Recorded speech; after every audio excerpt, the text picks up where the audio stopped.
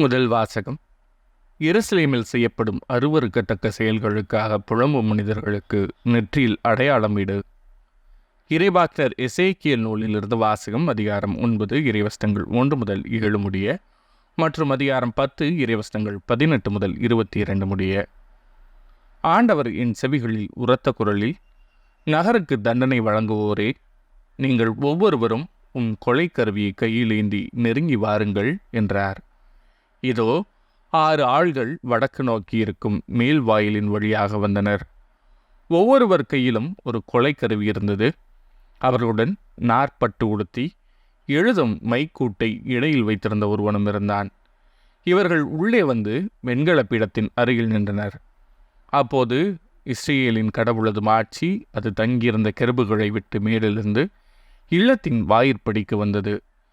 உடனே ஆண்டவர் நாற்பட்டு உடுத்தி எழுதும் மைக்கூட்டை தம் இடையில் வைத்திருந்த அம்மனிதரை அழைத்தார். பின் ஆண்டவர் அவரை நோக்கி, நீ எருசலேம் நகரெங்கும் சுற்றி வந்து அதனுள் செய்யப்படும் எல்லா அருவருக்கத்தக்க செயல்களுக்காகவும் பெருமூச்சு விட்டு புலம்பும் மனிதர்களுக்கு நெற்றியில் அடையாளமிடு என்றார். என் செவிகளில் விழுமாறு அவர் மற்றவர்களை நோக்கி கூறியது, நீங்கள் அவர் பின்னால் நகரெங்கும் சுற்றி வந்து தாக்குங்கள். உங்கள் கண்ணினின்று யாரையும் தப்ப விட வேண்டாம்.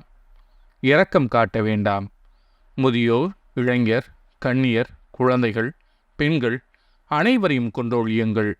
அடையாளமிடப்பட்ட மனிதர் எவரையும் நெருங்காதீர்கள். என் தூயகத்திலிருந்தே தொடங்குங்கள்.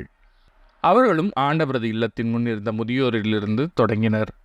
அவர் அவர்களை நோக்கி, கோவிலை கரைப்படுத்துங்கள், முற்றங்களை கொலையுண்டவர்களால் நிரப்புங்கள், புறப்படுங்கள் என்றார்.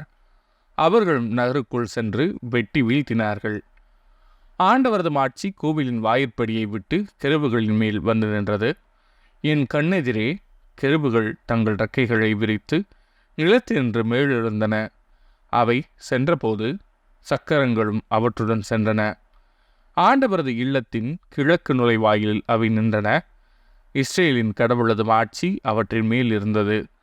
கெபார் ஆற்றோரும் இஸ்ரேலின் கடவுளுக்கு கீழே நான் கண்ட உயிரினங்கள் இவையே.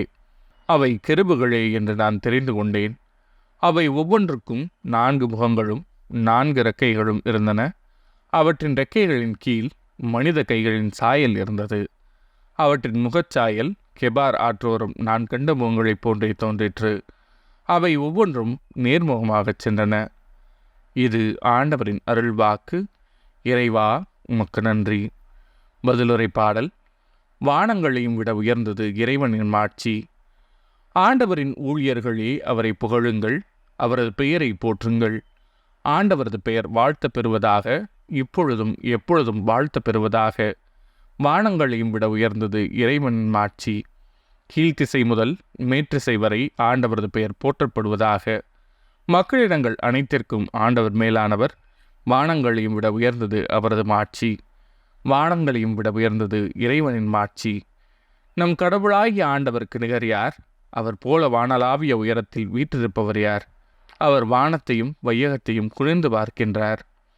வானங்களையும் விட உயர்ந்தது இறைவனின் மாட்சி. நற்செய்தி வாசகம்.